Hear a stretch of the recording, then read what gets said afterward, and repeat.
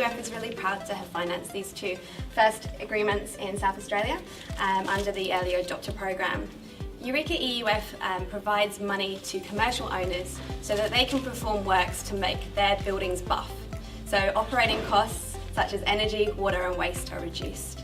This mechanism allowed us to install the first stage of a 600 kilowatt system and we're consuming all of that today, which is immediately cash flow positive, which is a total no-brainer.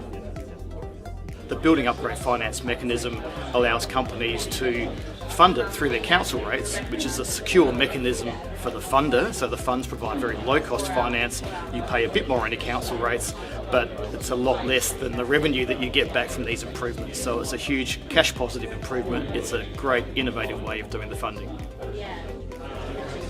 These lights 6 months ago were drawing 80 watts. They're now drawing 24 watts. They're getting a better quality of light with a quarter of the energy consumption.